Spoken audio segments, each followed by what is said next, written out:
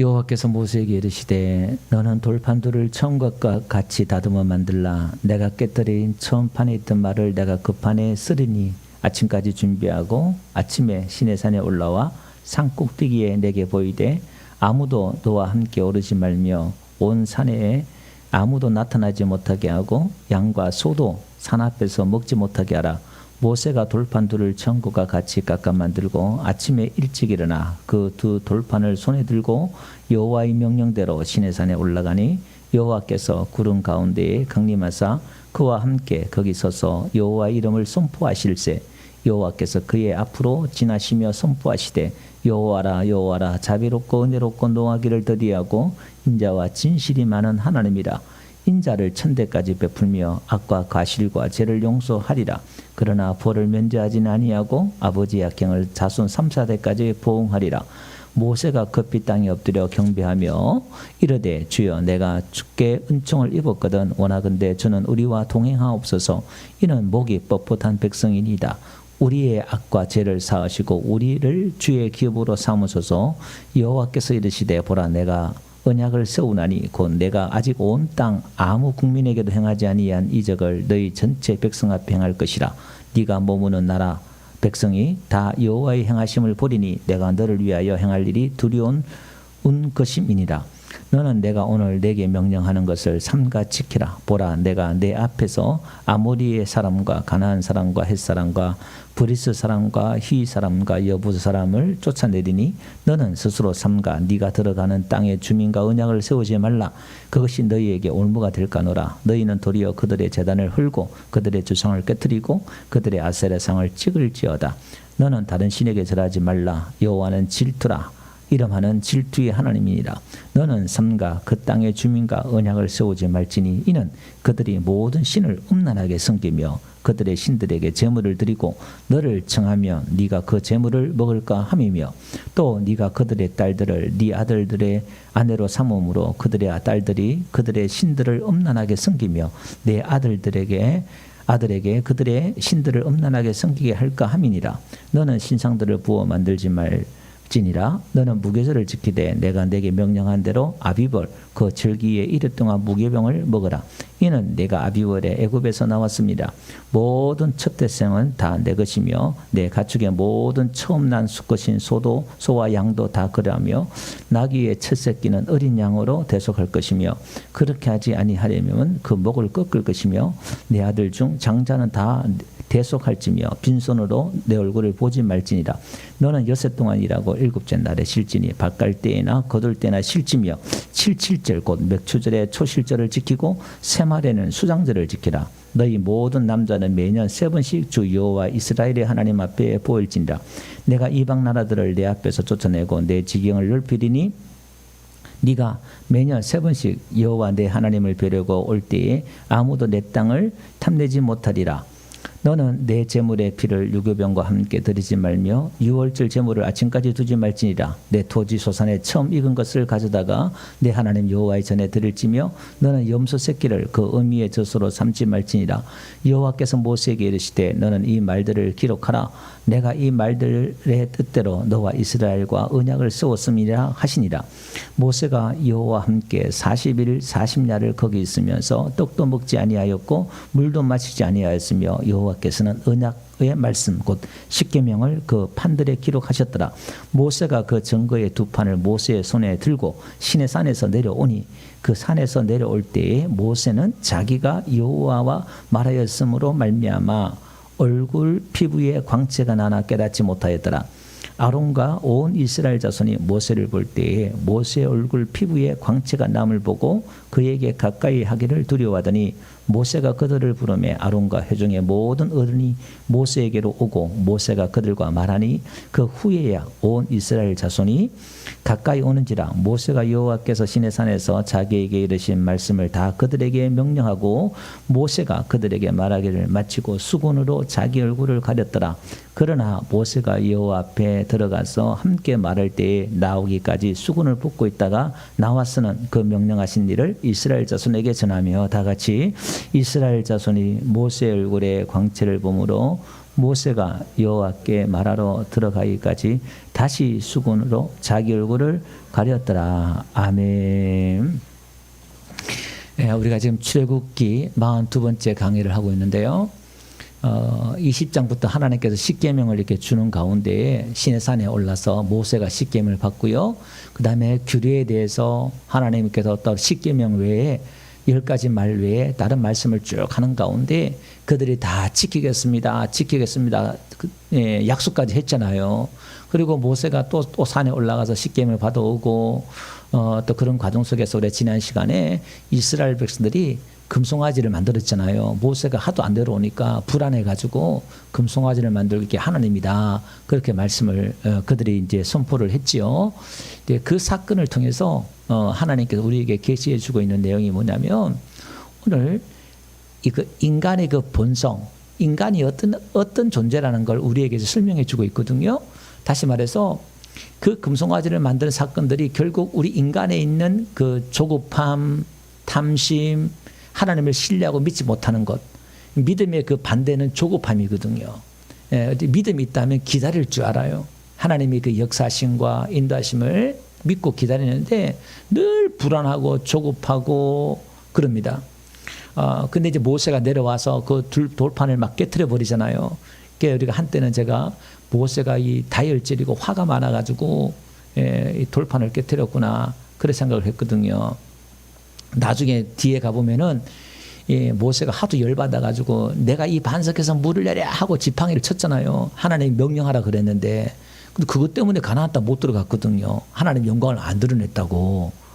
그래서 야 화를 내면은 하나님도 싫어하는구나 해서 이것도 모세가 열받아가지고 하나님이 주신 십계명이잖아요. 친히 쓰신 걸 그걸 집어 던져가지고 깨트렸잖아요. 그럼 그것도 야단 맞거나 이렇게 해야 되잖아요. 근데 거기에 대해서 하나님이 아무 말씀도 안 하셔요. 그러니까 모세가 십계명을 던져가 돌판을 깨트린 것은 뭐냐면 이스라엘 백성들이 금송아지를 섬겼잖아요. 그러니까 하나님이 이제 한 게 너희가 내 계명을 내 명령을 지키면 하나님 복을 주겠다 그렇게 약속했는데 그 계약을 맺는 순간에 그들이 금송아지를 섬겼잖아요. 그 계약을 어겼단 말이에요. 그러면 이 계약을 지키면 나는 너희 하나님 너희 나의 백성 이렇게 했는데 계약이 파기됐단 말이에요. 그러면 그 계약서는 아무런 의미가 없는 거예요. 그래서 모세가 두 돌판을 깨뜨렸다는 것은 그 두 돌판은 아무 의미가 없는 거예요. 그 계약이 파기되었다 그런 의미예요. 그래서 하나님은 거기에 대해서 별도로 말씀은 하지 않으셔요. 그리고 이제 지난 시간에 그 금송아지를 이렇게 만들었잖아요. 만들어가지고 만들었는데 그 금송아지를 만들었단 말은 이런 겁니다. 사람의 그 본성은 이 인간의 그 타락된 본성은 뭐냐면 자기가 하나님을 통제하려고 그래요. 자기가 하나님을 좌지우지 조종하려고 그래요. 이게 신앙에 있어서 가장 무서운 부분입니다. 예? 금송아지를 만들고 인간의 틀 속에 하나님을 집어넣어놓고 하나님을 조종하는 거예요. 그러니까 자기가 언제든지 자기가 만나고 싶으면 만나고 자기가 만지고 싶으면 만지고 자기가 보고 싶으면 자기가 보고 자기가 다 결정하는 거예요. 그게 죄라는 겁니다. 다시 말해서 하나님의 자리에 인간이 올라앉은 거예요. 그러니까 아담이 선악과를 따먹었단 말은 그 말이거든요.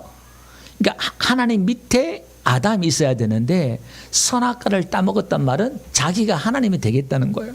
자기가 하나님의 자리에 앉는다는 거거든요. 그래서 우리가 신앙생활을 하면서 이 신앙이 종교로 넘어가 버리면 이 종교는 중심이 누구냐면 내가 중심이 돼요. 내가 이만큼 기도했으니까 내가 이만큼 봉사했으니까 하나님 복을 주세요. 왜 복을 안 주세요? 그리고 복을 안 주면 시험 들어버려요. 교회 안 나와버려요. 내가 이만큼 했는데 왜 안 해? 인간관계에서도 그 중심은 누구냐? 자기가 중심이 되는 거예요. 항상 자기가 기준이에요. 그래서 말이나 행동이나 모든 게 있어서 자기 마음에 맞지 않으면 섭섭하고 삐지고 서운하고 관계가 틀어지고 그런 거예요.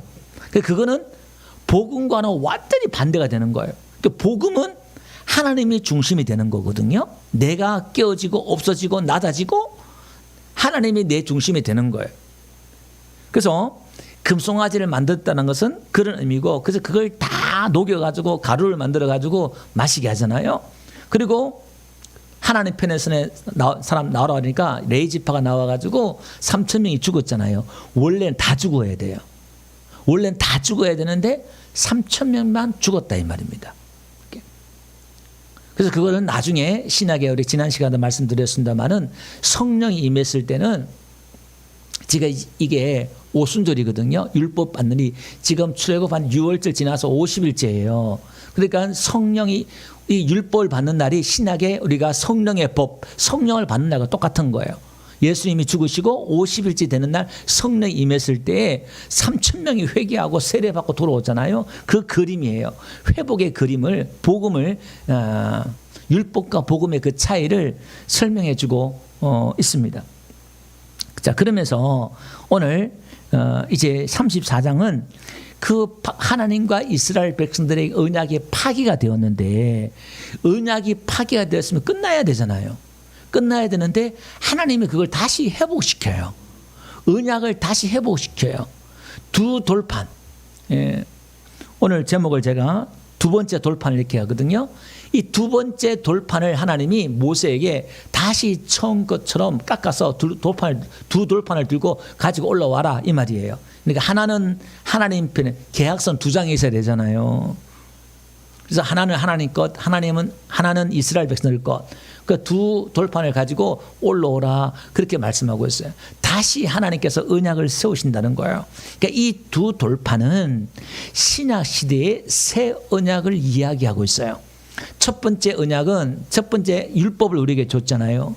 율법을 줬고 이 율법이 인간이 못 지키니까 하나님이 두 번째 언약 예수님을 통해서 우리에게 새로운 복음을 우리에게 주시는 거예요. 그 두 번째 언약을 우리에게 주신 이야기를 지금 설명해 주고 있습니다. 그래서 이 계약서는 이 고대 근동의 이 계약은요, 전쟁에서 이기면 속국이 있잖아요. 승리한 나라가 속국과 계약을 맺어요. 그 계약을 맺으면 나는 너를 지배하고 너희들은 나의 속국이고 나의 백성이 된다. 그런 계약이거든요. 그러니까 이 계약은 하나님은 우리의 왕이시고 우리는 하나님의 백성입니다. 이 계약이 체결되는 거예요. 그러니까 이 계약이 체결되면 이제 하나님은 이스라엘의 하나님, 이스라엘의 왕이 되는 거예요. 왕으로 오시는 거예요. 그러니까 하나님의 나라가 이스라엘 나라를 통해서 이루어지는 거예요. 그 예수님이 오늘 우리에게 예수님을 영접했단 말은 영접하는 자, 그 이름을 믿는 자에게는 하나님의 자녀가 되는 권세를 줬다 그랬잖아요. 그러면 예수님이 우리의 왕, 그 주님 그러잖아요. 주인. 그러니까 우리의 주인 된단 말이에요. 그 동시에 우리의 주인이 되는 동시에 하나님은 우리의 위에 군림하는 왕이 아니라 우리의 아버지가 또 되어주신다 약속을 하셨어요. 나를 다스려 주시고 나의 아버지가 되어 주시겠다 또 약속을 하고 있다 이 말이에요. 그래서 오늘 이 언약은 신약 시대 이 언약의 발전되는 과정에 이제 시초다 이렇게 이해하시면 돼요. 아, 이게 지금 이렇게 되는 과정이구나. 그걸 이제 이해하시면 되겠다라는 겁니다. 2절. 아침까지 준비하고 아침 시내산에 올라와 산 꼭대기에 내게 보이되 이 말은 나 잡으란 말인데 내 앞에 서라 이 말이에요. 내 앞에 서라 그렇게 말씀하고 있습니다. 그 3절. 아무도 너와 함께 오르지 말며 온 산에 아무도 나타나지 못하게 하고 양과 소도 산 앞에 먹지 못하게 하라. 산에 아무도 올라오지 마라 이 말이에요. 왜요? 하나님이 임하기 때문에. 하나님이 임재하시는 곳이 어디예요? 지성소예요. 우리가 성막에 보면은 지성소에는 아무도 못 들어오잖아요. 그러니까 여러분 지성소는 어디가 지성소냐? 하나님이 임재하는 곳이 지성소예요. 아멘. 오늘 하나님이 저와 여러분 안에 우리 안에 들어오신 줄 믿습니다. 이게 지성소란 말이에요. 하나님의 임재가. 그러니까 아무나 예수님 믿는 게 아니고 아무나 교회에 나올 수 있는 게 아니고 아무나 하나님 앞에 나올 수 있는 게 아니다 이 말이에요. 모세 그렇게 말합니다. 그리고 이제 모세가 두 도판을 가지고 올라가요. 산에 올라가니까 5절 보니까 하나님이 구름 가운데 임하셔요. 영화나 드라마 보면은 뭔가 이렇게 누군가 영웅이 이렇게 드러날 때 구름이 이렇게 임하잖아요. 그러니까 성경에서 따온 것 같아요. 그러니까 하나님의 그 임재의 현상이 구름이 막 임해요. 근데 하나님이 거기에 뭐 하느냐? 여호와의 이름을 선포하실세 이렇게 나와요. 하나님의 이름을 선포한다. 우리 지난 시간에 배웠죠. 지난 시간에 33장 18절에 가보면 모세가 기도하잖아요. 주의 영광을 보이셔서 하나님의 영광 좀 보여주세요. 그러니까 19절에 하나님께서 나타나셔서 하는 말씀이 뭐냐면은 내가 모든 선한 것을 네 앞에 지나가게 하고 여호와 이름을 네 앞에서 선포하리라 그렇게 말씀하고 있잖아요. 그러면서 하는 말이 나는 은혜를 베풀 자에게 은혜를 베풀고 긍휼히 여길 자에게 긍휼히 베푸시니라. 그러니까 하나님의 이름을 선포한단 말은 하나님의 속성을 선포한다. 지난 시간에 그렇게 들었어요. 그러니까 이것은 하나님이 어떤 분인가를 드러내겠다 이 말이에요. 그런데 오늘도 지금 내가 여호와 이름을 선포하실세 이렇게 나오잖아요. 그러니까 하나님이 어떤 분인가를 드러내 주시는 거예요. 하나님의 그 속성, 하나님의 성품을 드러내 주신다는 거예요. 여러분, 은혜 중에 은혜는요, 우리가 하나님이 어떤 분인가를 내가 경험하는 거예요. 하나님의 그 성품을 나에게 드러내 주시는 거예요. 이게 큰 은혜 중에 최고의 은혜인 줄 믿습니다. 근데 하나님의 그 성품이 어떤 분이냐를 한번 보면요. 6절 한번 봅시다. 여호와께서 그의 앞을 지나시며 선포하시되 여호와라 여호와라 자비롭고 은혜롭고 노하기를 더디하고 인자와 진실이 많은 하나님이라. 인자를 천대까지 베풀며 악과 과실과 죄를 용서하리라. 그러나 벌을 면제하지는 아니하고 아버지의 악행을 자손 3,4대까지 보응하리라. 여기 뒤에부터 먼저 설명을 드리면요, 아니 천대까지 악과 과실과 죄를 용서하겠다. 참 은혜스럽지요. 근데 벌을 면제하지 아니하고 아버지의 악행을 자손 3,4대까지 보응한다. 우리는 이게 또 걸려요. 근데 이게요, 무슨 이 시브리에서는 비교급이에요. 이게 하나님은 죄를 용서하지 않고 연좌제, 아버지가 지은 죄를 아들에게 갚는단 말이냐? 그게 아니에요. 아버지가 신포도주 묻고 아들이 이가 시다, 그런 법이 없다 그랬잖아요. 각자 자기 죄 때문에 벌을 당하는 거예요. 이건 그 이야기가 아니에요. 여러분, 천대하고 3,4대하고 비교하면 비교가 돼야 안 돼요. 여러분, 천대라 그러면 영원이에요. 영원. 아직까지 천대도 안 갔어요. 지금 아담부터 해가지고.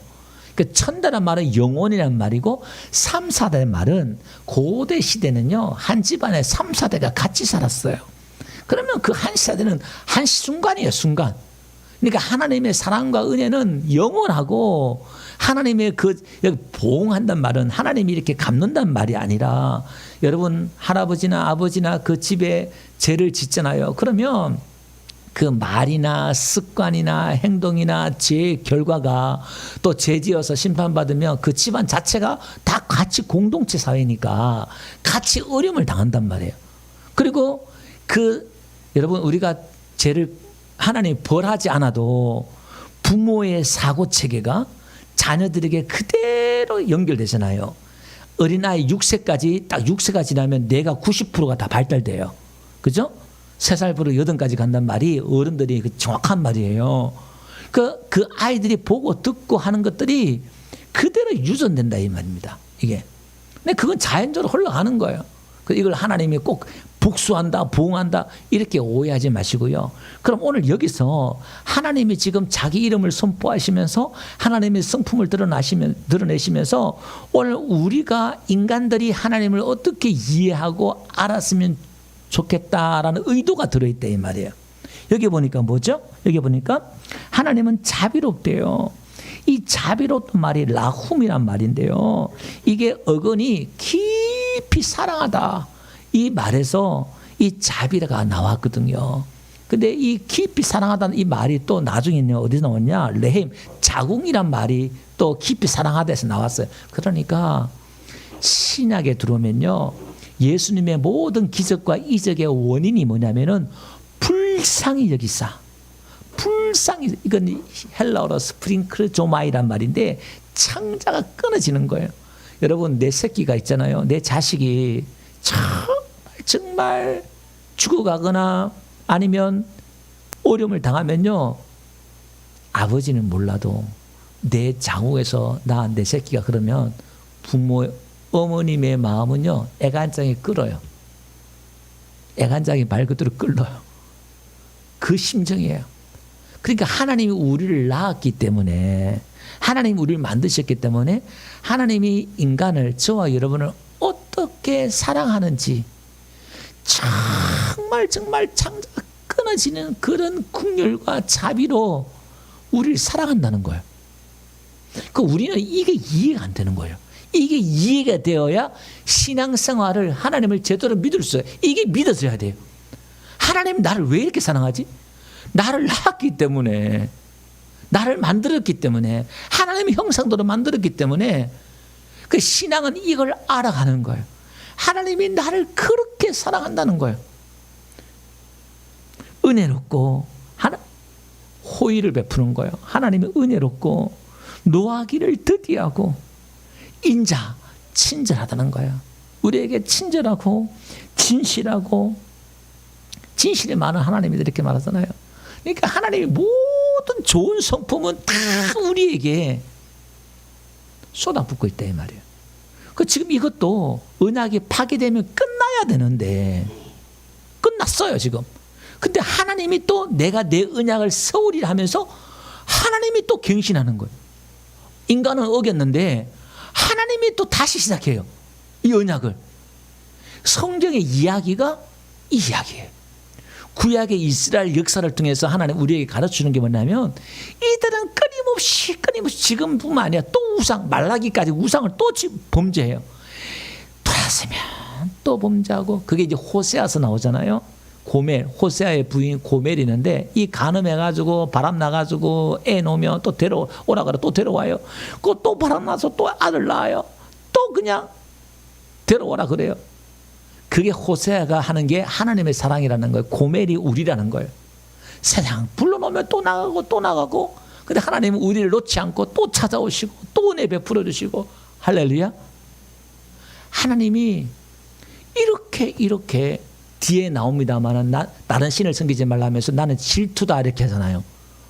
아니 지금 나를, 인간을 대해서 하나님이 질투한다는, 하나님이 우리를 그 정도로 사랑한다는 거거든요. 그러니까 우리의 지금 우리한테 푹 빠져서, 여러분들한테 푹 빠져서 지금 하나님이 눈이 멀어버렸어요. 어느 정도 멀었어요? 자기가 내려와서 친히 죽을 정도로 눈이 멀었단 말이에요. 이게 지금 기독교예요. 종교는 인간이 어떻게 신을 감동시키고 인간이 어떻게 할 것이냐, 이게 종교고 율법인데, 복음은 하나님이 행하겠다는 거예요. 하나님이 이렇게 하셨다는 거예요.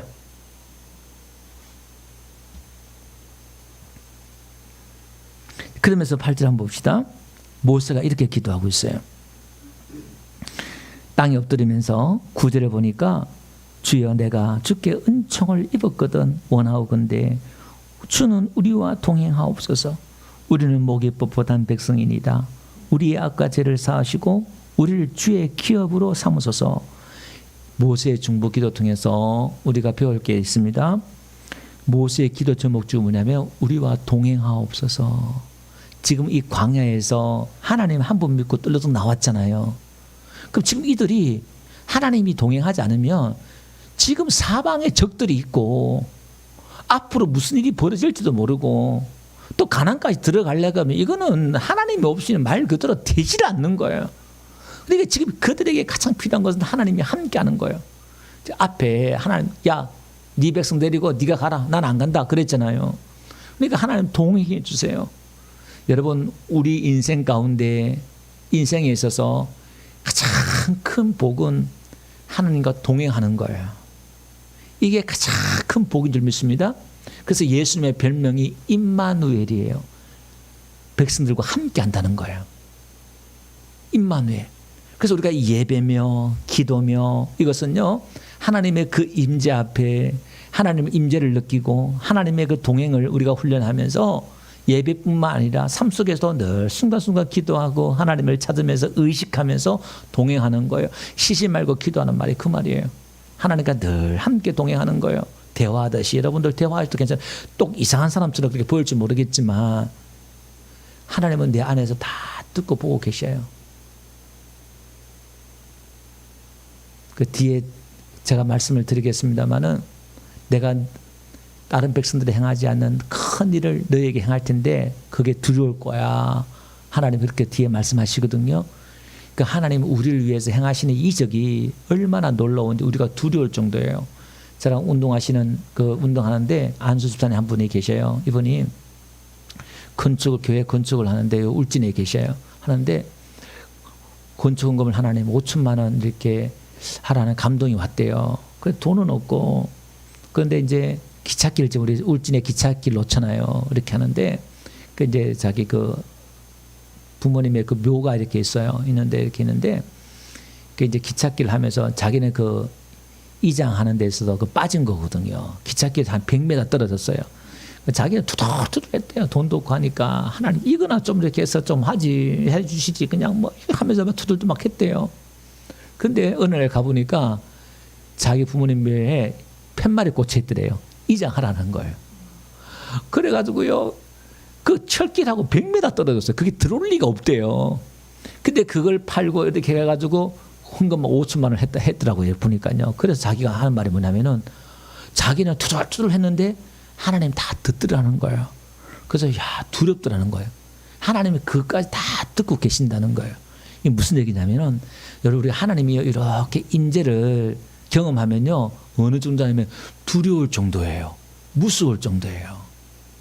그러니까 거기서 이제 하나님의 경외함이 나오는 거거든요. 예, 근데 막연 우리 김삼일 성도님이 새가족 공부하면서도 기도하고 이렇게 하나님 임재를 체험할 거라니까 무섭다고 그렇게 하는데 그 제대로 배운 거예요. 하나님이 역사하면요, 와, 눈에 보이면 진짜 무서울 정도로 역사하셔요. 근데 은혜로운 하나님께서는 지난주에 등을 보인다고 그랬잖아요. 지나고 나서 다 깨닫게 해요. 아, 이게 하나님 하셨구나. 너무 두려워할까봐 어떻게 보면. 예, 우리 인생 가운데 그런 경험은 많지는 않아요. 사실 그게 복이거든요. 예? 근데 모세가 그래요. 하나님 동행해 주세요. 동행해 주세요. 하나님의 그 임재를 우리가 느끼고 내 마음에 하나님이 함께 하신다. 하나님 멀리 느끼신다 느낌 있잖아요. 그럼 여러분들이 성경을 보든지 기도를 하든지 또 끼니 금식을 하든지 이건 경건의 훈련이에요. 뭔가 내 마음에 하나님 저 멀리 느껴진다. 그 마음으로 영적인 감각이 있단 말이에요. 우리가 이 영감이 있고 그다음에 혼적인 느낌이 있고 육감이 있단 말이에요. 영, 혼, 육이 하나님의 감각을 줬어요. 로마서 1장에 보니까 이 백성의 감각이 없대요. 그러니까 우리는 하나님의 그 임재를 아담이요 하나님이 찾아올 때에 아담은 죄를 지었지만은 알았어요. 하나님 임재를 느꼈단 말이에요. 그 오늘 우리가 예배 가운데서 여러분들 기도할 때 삶 속에도 하나님의 임재를 우리가 느낄 수 있는 감각이 있는 줄 믿습니다. 영적 감각. 이걸 우리가 말씀 보고 기도하면 예민해져요. 아, 하나님이 역사하구나. 하나님 이렇게 인도하시는구나. 분위기를 통해서도 알 수가 있고요. 여러 가지 그런 현상들이 있어요. 그래서 하나님 동행해 주세요. 모세가 그렇게 기도를 하고 있습니다. 그러면서 하는 말이 자신의 죄를 인식해요. 우리는 목에 이 백성은 뻣뻣한 백성입니다. 우리 죄를 인식하고 내가 알고 고백해야 된다는 거예요. 이 죄를 사하시고 우리를 주의 기업으로 삼으소서. 그러니까 죄를 내가 깨닫고 인식하고 하나님 앞에 고백하면서 용서를 구하는 거예요. 하나님 용서해 주세요. 이것은 뭐냐면 하나님을 아는 사람이 하나님의 성품을 아는 사람이 기도할 수 있는 거예요. 어떠한 죄를 짓더라도 또 나와서 용서를 구하는 거예요. 누구처럼? 다윗처럼. 그런 나쁜 놈이 어디 있어요? 다윗처럼 나쁜 놈이 어디 있어요? 예? 자기 부하를 죽이고 자기 그 부하의 아내를 겁탈하고 그 나쁜 놈이 어디 있어요? 사생활을 놓고 그러고 그걸 딱 감추고 그런 나쁜 놈이 어디 있어요? 그 또 하나님의 은혜를 구하잖아요. 여러분 우리 크리스찬들 우리 예수 믿는 저와 여러분들에게는 절망은 없습니다. 어떠한 상황 가운데도 하나님 앞에 손을 내밀고 긍휼이 많으신 하나님, 은혜로우신 하나님 앞에 손을 내밀면 우리의 손을 잡아주실 줄로 믿습니다. 그래서 출애굽기 33장 우리 앞절에 모세가 주의 영광을 보이소서 할 때 하나님이 그 이름을 선포하면서 뭐라고 그러냐요? 내가 긍휼히 여길 자를 긍휼히 여기고 은혜 베풀 자에게 은혜를 베푼다 이렇게 말하고 있잖아요. 그게 뭐냐면 내가 용서해주고 은혜를 베푸는 건 내가 결정해 이 말이에요. 근데 이 바리새인들이 이걸 오해했어요. 아니 저 사람 평생 죄만 지었는데 나는 평생 하나님 앞에 똑바로 살려고 정직하게 살려고 노력하면서 거짓말 안 하려고 평생 살았는데 저 사람은 지금까지 평생 나쁜 짓만 하고 살았는데 어떻게 저 사람을 더 사랑하고 저 사람만 저 은혜를 베푸느냐고 예수님을 오해했잖아요. 그러니까 이 은혜와 긍휼은 상당히 공정하지 못하게 보이고 정의롭지 못하게 보이고 그럴 수 있어요. 누구 편에 보면 인간의 기준, 내 기준에 보면. 근데 그 기준은 누가 기준 된다? 내가 기준이야. 내 마음대로 할 거야. 이렇게 나온단 말이에요. 근데 인간은 이걸 내가 가져와 버리면 내가 정죄하고 내가 판단하고 내가 기준이고 이 사람은 10% 용서, 20% 용서, 30% 내가 다 결정한다 이 말이에요. 그게 바로 종교고 그게 금송아지를 내가 지금 만들어 있는 거예요. 그게 내가 지금 율법의 심판을 깨트려야 될 그 율법의 돌판을 내가 가지고 있는 거예요. 그 돌판은 깨트려져야 돼요. 두 번째 돌판에 들어와야 되는데 첫 번째 돌판을 가지고 있는 사람은 그렇게 되는 거예요. 그래서 예수님이 오셔서 그 돌판을 바리새인들을 깨트리려고 하니까 이게 안 깨져. 안 깨지고 대들고 그 오히려 예수님을 정죄하고 죽인다 이 말이에요. 성경이 그 이야기를 하고 있는 거예요. 그러니까 신앙은 이런 겁니다. 예수 믿으면서 내 안에 금송아지 거짓된 신앙, 잘못된 신앙이 날마다 고발되어지고 드러나고 확인되어져야 돼요. 근데 이게 너무 비참하고 괴로워요. 내 신앙이 바닥이 드러난다는 게 그것도 공동체 앞에 교회 앞에 드러난다는 게 죽고 싶을 정도로 창피하고 괴로워요. 그게 내가 깨어지는 거거든요. 그게 목사님한테 야단 맞을 수가 있고 또 서로 부딪혀서 시험 들 수도 있고 그래서 교회로 가장 쉬운 거는 교회 옮기면 돼요. 근데 그게요 내 자신이 깨어지는 순간 과정이에요. 내 자신이 부인되는 과정이에요. 그래서 신앙생활은 내 마음대로 잘 안 돼요. 그게 잘 되고 있는 거예요. 여러분 마음대로 여러분 계획대로 잘 되잖아요. 그럼 지금 여러분들 안에 그것도 복인데 그러나 상당히 위험할 수 있어요. 그게 금송아지가 될 수 있어요. 왜? 내가 다 내 계획대로 내 마음대로 돼가니까 내가 하나님의 컨트롤 다 한다 이 말이야. 그래서 내가 주인이에요. 교회 주인인 거야. 아 이렇게 하면 돼. 이렇게 하면 돼. 이렇게 하면 돼. 나 남들 가르치려고 그래요. 그리고 교회 주인 행사하고 공동체 안에서 그 사람들은 틀린 말은 아는데 그 사람 말 들으면 기분 나빠. 또 자존심 상해. 그게 바로 율법주의예요. 그 여러분들 인간관계에서도 보세요. 여러분 말 듣고 누가 화를 내고 우리 자매들이 특히 그러죠. 남편하고 할 때는 항상 바른 말만 하잖아요. 근데 남편은 말 안 들어요. 바른 말 하는데 왜 안 들을까요? 기분 나쁜 거예요. 남자의 자존심을 죽이니까. 남자의 자존심은 남자의 자존심 하나거든요. 그걸 세워줘야 되는데 그걸 짓눌리고 여러분의 정당성을 얘기하니까 안 된다 이 말이에요. 그 복음은요. 내 자존심을 높여주고 상대방을 나보다 낮게 여기면서 그렇게 이렇게 해주니까 사람이 변화가 되는 거예요. 상대방이 거부감이 기분이 안 나빠요. 이런 거 오히려 막 야단치는데 기분 안 나빠. 그게 아주 사랑이 있는 가득 찬 사람, 복음적인 사람이에요. 그 차이 나타나는 현상이에요. 이게. 자, 그러면서 용서를 구한단 말입니다. 그러면서 주의 기업을 삼으소서 이렇게 나와요. 우리를 주의 기업이란 말이 이게요. 소유를 얻다, 상속하다, 취하다. 하나님 우리를 취해 주세요. 하나님의 소유로 삼아 주세요. 이런 거예요. 지금 기도 제목이에요. 우리가 하나님의 소유가 된다는 것은 이게 복입니다. 아멘. 세상 사람들은 우리가 하나님에 속하고 하나님의 백성, 하나님의 소유가 된다는 게 또 다른 종으로 노예로 속박으로 이렇게 보일지 모르겠지만 이게 복이라는 거예요. 자, 그러면 10절 한번 봅시다. 10절. 여호와께서 이르시되 한번 보세요. 보라. 하나님이 드디어 이제 자신이 드러나는 거예요. 야! 보라! 하면서 자신을 드러내는 거예요. 내가 안오키 이렇게 말하면서 언약을 세우나니 이렇게 나와요. 여기 세운다 이 말이 우리는 세운다 이렇게 나오면 누가 세웠는지, 남자가 세웠는지, 여자가 세웠는지 이게 안 나오잖아요. 근데 원어에는 언약을 세운다 이 말 한마디만 해도 이게 1인칭인지 2인칭인지 3인칭이 다 들어가요. 근데 내가 언약을 세운다 이 말은 이 세운다 말 속에 다 들어가 있거든요. 근데 그게 또 빼가지고 대명사 내가 아노키란 말을 일부러 집어넣어놨어요. 이게 내가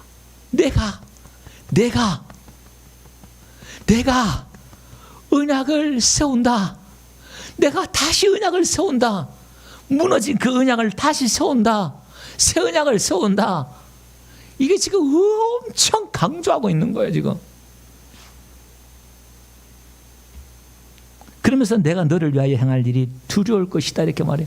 여러분, 하나님이 행하실, 우리를 행하신 일들은요, 기묘라 묘사라 이사야가 했던 것처럼 예수님을 이 땅에 보내셔서 우리 인간들을 구원해낼 일은 천사도 그 누구도 몰랐어요.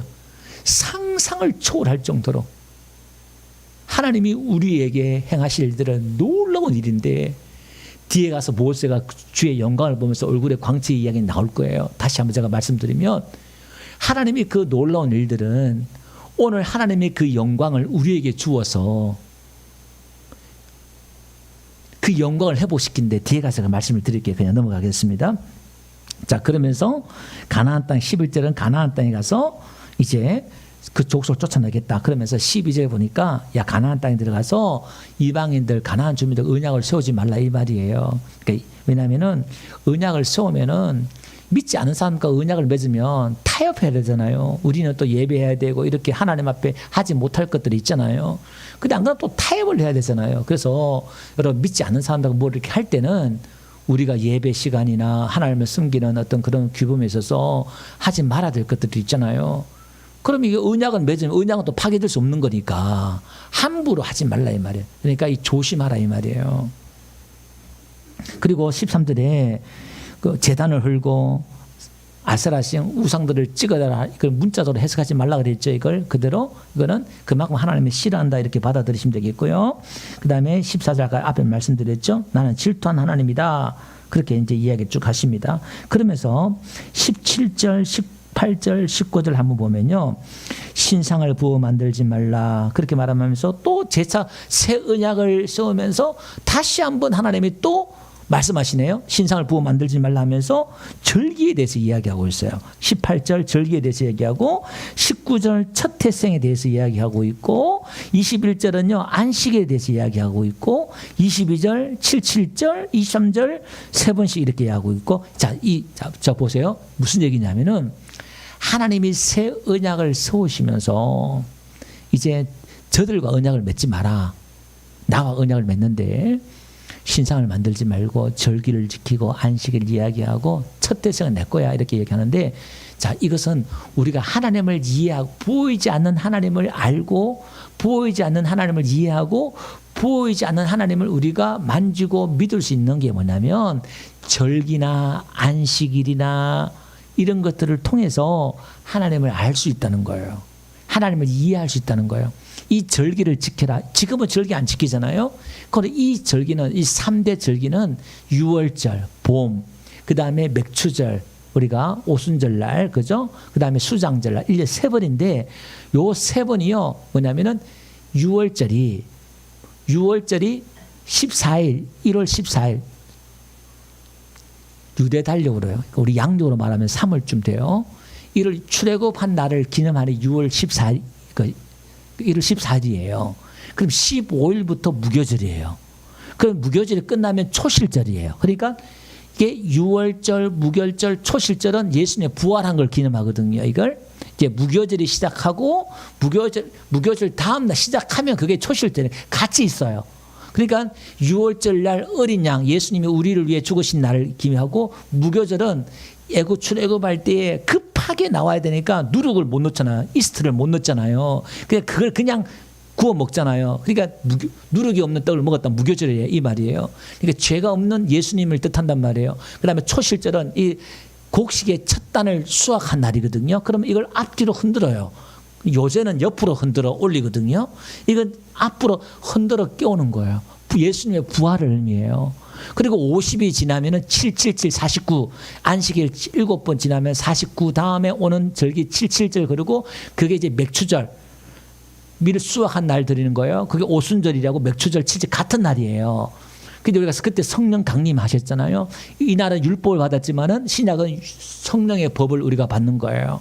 그다음에 수장절은요 가을에 곡식을 거둬서 가을에 들어가요. 그걸 이제 수장절이고 그 수장절에는 일주일 동안 들에 나가서 텐트를 쳐야 돼요. 이스라엘 백성들이 40년 동안 광야 생활을 기억하면서 곡식을 거두고 일주일 동안 텐트 생활해요. 그 수장절이에요.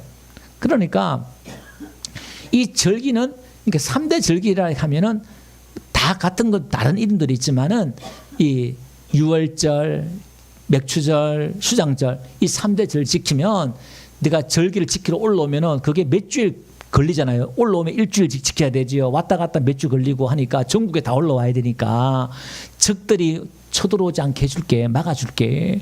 이렇게 이제 하나님이 약속하는 거예요. 그래서 유대인들은 전쟁이 일어나도 안식일에 전쟁이 일어나도 안 싸워요. 근데 지금 이 중동에서 전쟁이 일어나고 6.1 전쟁했잖아요. 그 아랍에서는 안식일 날 유대인들은 전쟁이 공격을 해요. 근데 그 법을 바꿔가지고 이제 전쟁은 할 수 있도록 법을 지금은 고쳤어요. 이스라엘 나라가 고치긴 고쳤어요. 근데 이들이 그렇게 나름대로 철저히 지키려고 했단 말입니다. 근데 하나님이 그렇게 해준다는 거예요. 자, 이것은 오늘 우리가 예배하면 우리가 하나님을 섬기면 하나님이 세상에서 오는 그런 것들을 다 막아준다는 거예요. 할렐루야. 이 믿음을 가지셔요. 아멘. 하나님이 지켜주신다, 보호해주신다, 이 믿음을 가지셔야 돼요. 예. 자, 그러면서 쭉 절기 이야기하면서요. 28절에 이제 모세가 40일, 40야를 떡도 먹지 아니하고 물도 마시지 아니하고 올라가잖아요. 그러니까 첫 돌판 받을 때도 그랬는데 40일 올라갔잖아요. 또 40일 금식 기도하고 있어요. 지금 모세가 지금 죽어나는 거예요. 지금 연속으로 지금 80일이라는 거예요. 80일. 이게 지금 가능한지 이거는 여러분 따라하지 마세요. 위험할 수 있어요. 지금 이 모세가 특별한 지금 상황이니까 가능한데 또 올라가서 또 금식하면서 하나님과 대화하는 거예요. 그 영적인 신비. 그러니까 이걸 보면서 우리가 이해되는 것은 뭐냐면 너무 신비 쪽으로 가서 사고 친 사람 많아요. 근데 이제 어쨌든 영이 육체를 통제한다는 거예요. 잘 들으세요. 영이 육체를 통제하고, 그러니까 잠언서 그러잖아요. 모든 병은 마음에서 나온다 그랬잖아요. 그죠? 의사들도 병원에 가면 뭐라 그래요? 안정을 취하라 그래요. 제일 마음이 평안해 할 때 건강한 거예요. 아멘. 그러니까 우리가 영적으로 우리가 건강하고 하나님 회복되면 우리의 마음이 혼이 회복이 되고 혼이 회복되면 육체가 회복된다. 이걸 믿으시기 바랍니다. 우리 앞에 아버지의 죄를 30세까지 보응한단 말이 뭐 유전적인 죄다, 유전적인 병도 있잖아요. 저는 그렇게 말하고 싶어요.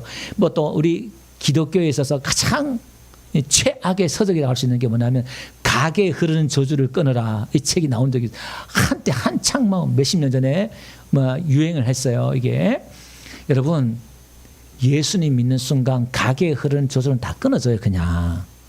예.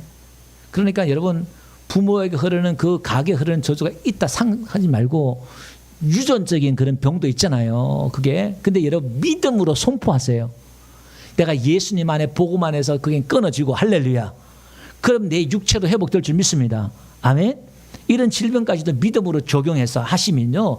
이 복음에는 말 그대로 믿음대로 되는 역사가 있는 줄로 믿습니다. 자, 그러면서요. 모세가 그렇게 기도하잖아요.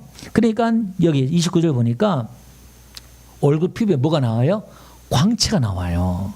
근데 모세는 자기는 깨닫지 못해요. 얼굴에 광채가 나는데 근데 이제 사람들이 그 보고 어떻게 돼요? 보니까 그에게 가까이 가기를 두려워하더니 30절 끝에 보니까 사람들이 모세 얼굴에 광채가 나는데 가까이 가기는 두려워해요. 그래서 33절 안 가볼게요.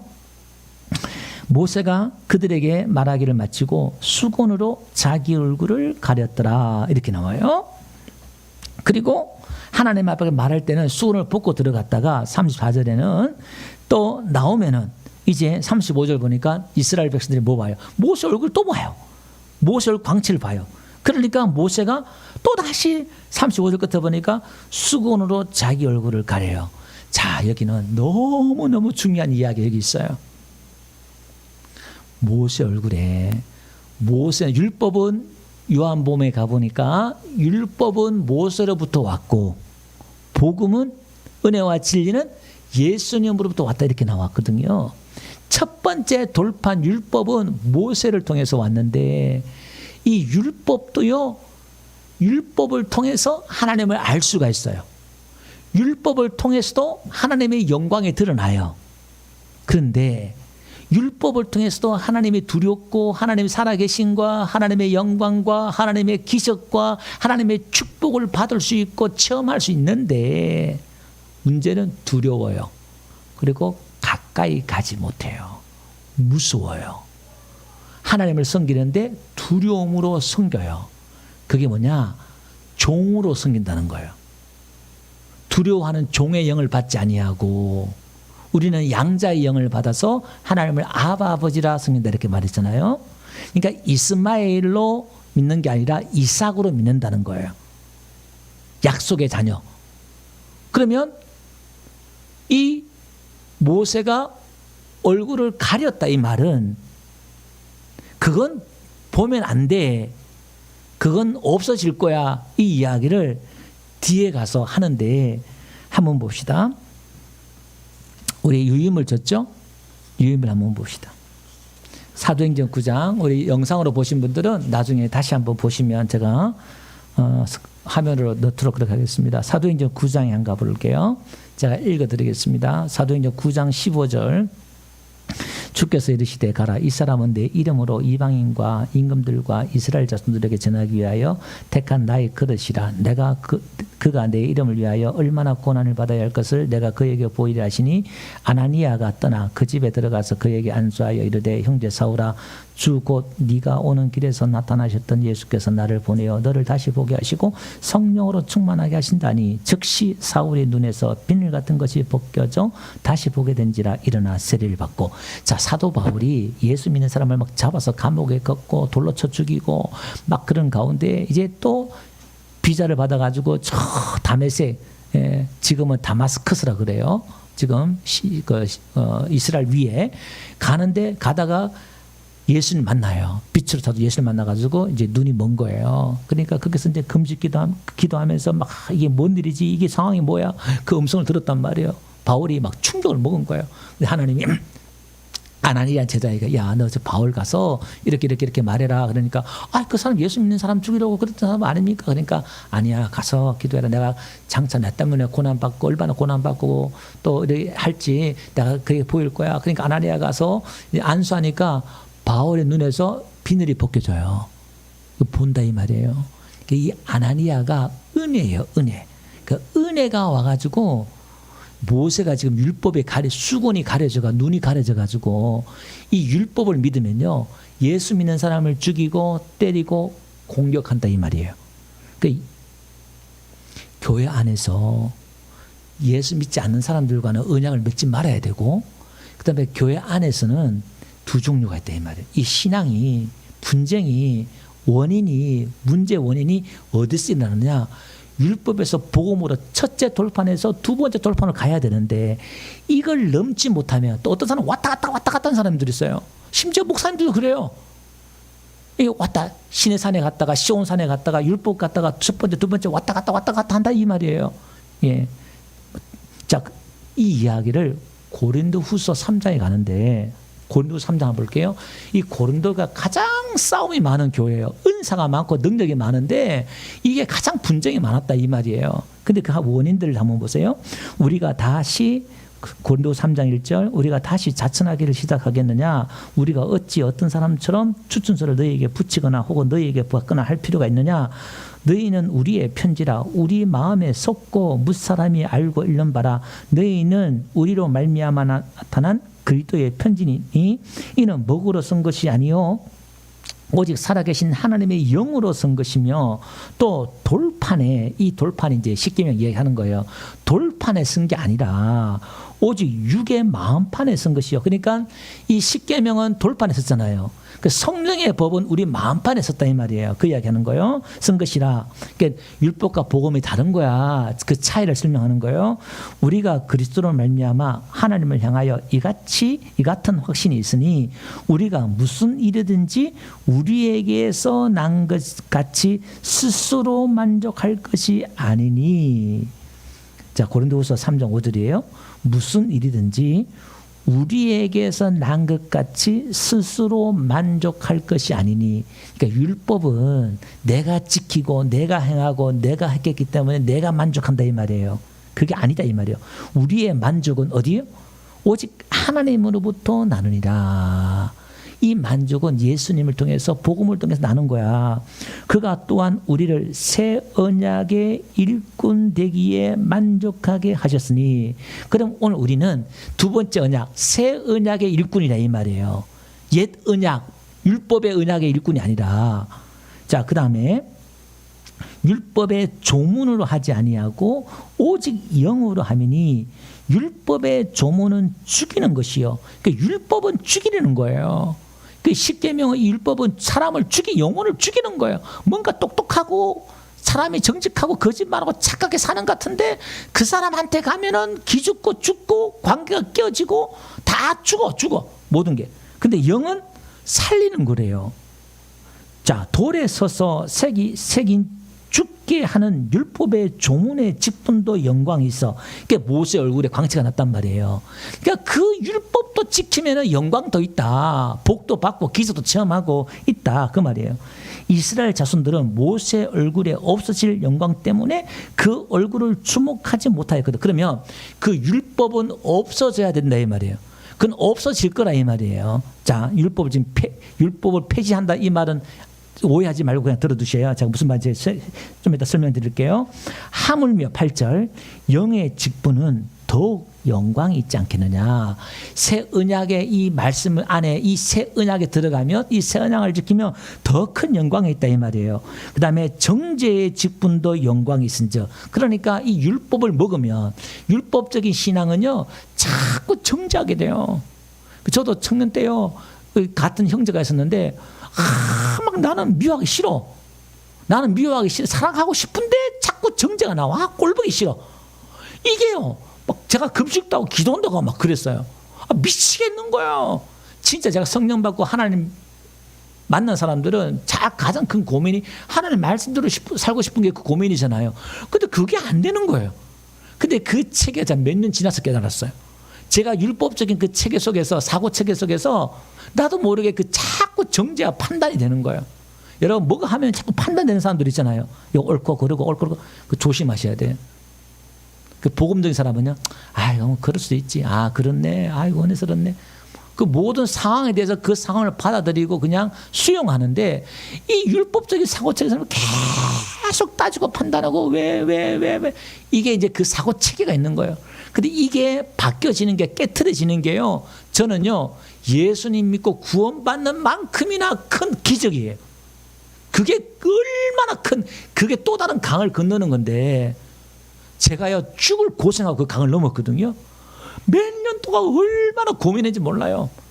머리가 빠개지도록 고민했어요. 그 고민하고 신학 가고 신학 가서도 또 몇 년간 고민하고 도대체 뭘까 답이 안 나와요. 뭔가 답이 나와야 되는데 그 고민하다가 제가 이 진리 복음을 깨달았어요. 예수님 만나고 난 뒤에 복음을 깨달았다니까요. 그 의미를. 자, 한번 봅시다. 자, 10절 영광되었던 것이 더 큰 영광으로 말미암아 이에 영광될 것이 없으나 없어질 것도 영광으로 말미암았은즉 길이 있을 것은 더욱 영광 가운데 있느니라. 우리가 이 같은 소망이 있으므로 담대히 말하노니 우리는 모세가 이스라엘 자손에게 장차 없어질 것에 결국을 주목하지 못하게 하려고 수건을 그 얼굴에 쓴 것 같지 아니하노라. 그러나 그들의 마음이 완고하여, 그러니까 지금 바울 시대에 초대교회 때도 마음이 완고해가지고 목이 뻣뻣한 백성처럼 완고해가지고 오늘날까지 구약을 읽을 때 그 수건이 벗겨지지 아니하고, 그러니까 율법을 읽을 때에 구약이라는 거, 구약 전체를 읽을 때에 수건이 벗겨지지 않다. 이 말은 이 율법을 복음으로 읽어야 되는데 율법을 율법으로 읽어버려요. 이걸 지키면 살고 안 지키면 죽고, 이거 지키면 내 백성이고 안 지키면 내 백성 아니야. 이거 지키면 천국, 이거 안 지키면 지옥 간다. 이런 식으로 받아들인단 말이에요. 그 율법이란 말이에요. 그건 모든 건 누구한테 달렸어요? 나에게 달린 거예요. 이게 종교가 율법이 될 말입니다. 그걸 뒤집어서 복음을 읽으면 천대까지 긍휼과 자비와 노하기를 더디하시고, 복음을 읽어버리면 언약이 깨어지고 파기되었는데 그 인간성이 드러났잖아요. 지금 인간이 어떤 존재인가 지금 이제 다 금송아지를 만들면서 돌판이 깨어지면 이게 이제 파산 신고됐단 말이에요. 깨졌단 말이에요. 그럼 어떻게 해요? 이제 돌아온 탕갈처럼 너덜너덜해가지고 그냥 손을 들고 천부여 의지없어서 나에게는 의는 하나도 없고 나를 불쌍히여서, 아니 나를 종으로 여겨주세요, 창작했던 것처럼. 그런데 반응은요, 아버지가 뛰어나와서 첫째 아들보다 더 호의를 베풀어주고 첫째 아들보다 더 사랑해주고 첫째 아들보다 더 축하해주고 하니까 첫째 아들이 시험 들었잖아요. 그 첫째 아들의 율법이라니까요. 유대주의라니까요. 그러니까 이게 이해가 안 되는 거예요. 뭐야, 그럼 죄 지으면 하나님 더 사랑받느냐? 이렇게 은혜를, 하나님을 오해할 수 있어요. 그렇게 하나님을 오해할 정도로. 그러니까 우리 이게 가장 어려운 게, 하나님이 은혜로운 분, 이 복음, 은혜, 이걸 이해하는 게 가장 어려워요. 자, 한번 가봅시다. 그러나 16절, 그러나 언제든 죽게 돌아가면 그 수건이 벗겨지라. 그냥 예수님의 그 복음을 알면은 이게 벗겨진다 이 말이에요. 주는 영이시니 주의 영이 계신 곳에 뭐가 있어요? 자유가 있느니라. 우리가 다 수건을 벗은 얼굴로 거울을 보는 것 같이 주의 영광을 보며 그와 같은 형상으로 변하여 영광에서 영광에 이르니 주의 영으로 말미암으니라. 이렇게 나와요. 자, 그러면 오늘 영광을 지금 보여달라 그랬고 모세 얼굴에 광채가 나왔잖아요. 신약의 그 뒤에 한번 봅시다. 요한복음 1장 14절 가보니까 제 중간에 보니까 그의 영광을 보니 아버지의 독생자의 영광이요 은혜와 진리가 충만하더라. 그러니까 예수님을 보니까요, 지금 수건이 제 아들도 처음에는 가려져 있었잖아요. 부활하신 예수님을 만나고 난 뒤에 그들의 수건이 벗겨졌어요. 비늘이 벗겨졌단 말이에요. 비늘이 벗겨지니까 예수님을 묵상해 보니까 하나님 아버지의 영광이 예수님의 그 모습에서 드러나는 거예요. 근데 그 모습이 뭐냐? 그 영광이 뭐냐? 은혜와 진리가. 지금 오늘 하나님이 모세에게 선포했잖아요. 은혜와 진리가 있잖아요. 그 은혜와 은혜가 진리야 이 말이에요. 은혜와 진리가 충만하더라 이 말이에요. 하나님은 은혜 그 자체, 사랑 그 자체. 그러니까 우리가 하나님 앞에 막 달려간다는 게 너덜너덜하고 추하고 더럽지만은 아무리 악한 죄를 짓더라도 어떻게 해요? 아버지 하고 그 품에 안길 수가 있고. 왜? 나에게 눈이 지금 멀어서 푹 빠진 분이기 때문에. 그래서 성경의 이야기는 다른 신 섬기지 말고 나만 사랑해. 왜? 난 너밖에 모르니까.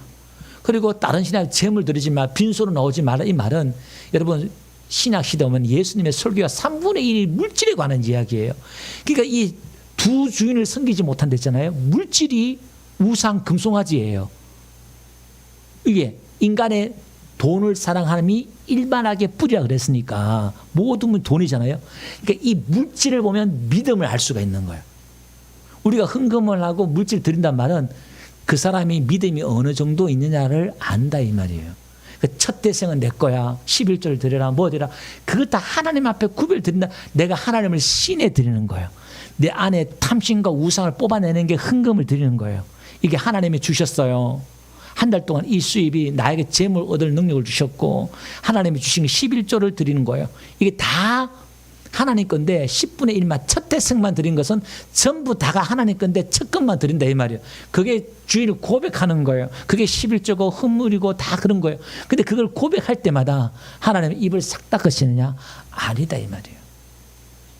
하나님이 은혜로운 분이 있잖아요. 그러면 그걸 더 하나님이 또 주시고 한다 이 말이에요. 그래서 하나님은 우리가 놀라울 정도, 무서울 정도로, 여러분들이 복을 받을 때 어느 정도로 복을 받아야 되느냐? 무서울 정도로 복을 받아야 돼요. 우리 김유아 사님 좀 무섭습니까? 내가 보니까 무서워하지는 않는 것 같아. 한 몇십억 더 하나님 주셔야 되나? 지금 한 2억 가지고는 지금 안 되는 것 같아. 지금 그러니까 몇십억을 또 하나님이 뚝 주면은 막 이게 뭐지? 할 정도는 모르겠어요. 여러분 그 정도 복을 받으시기 바랍니다. 하나님은 그럴 수 있는 분이에요. 근데 중요한 것은 그 하나님이 나의 주인이시고 나의 아버지고 너무너무 좋은 분이라는 거예요. 그래서 오늘 이 예배는 그 사랑의 고백이에요. 아멘. 그러니까 뭐든지 종교로 의무로 하지 말고 이렇게 은혜로 하라 이 말이에요. 그 우리 교회는 절대 강요하지 않는 게 뭐냐면 집사니까 이렇게 한다. 때로는 훈련도 필요하지만 제가 그렇게 하지 않아요. 왜냐하면 자발적으로 은혜로 그게 진짜니까.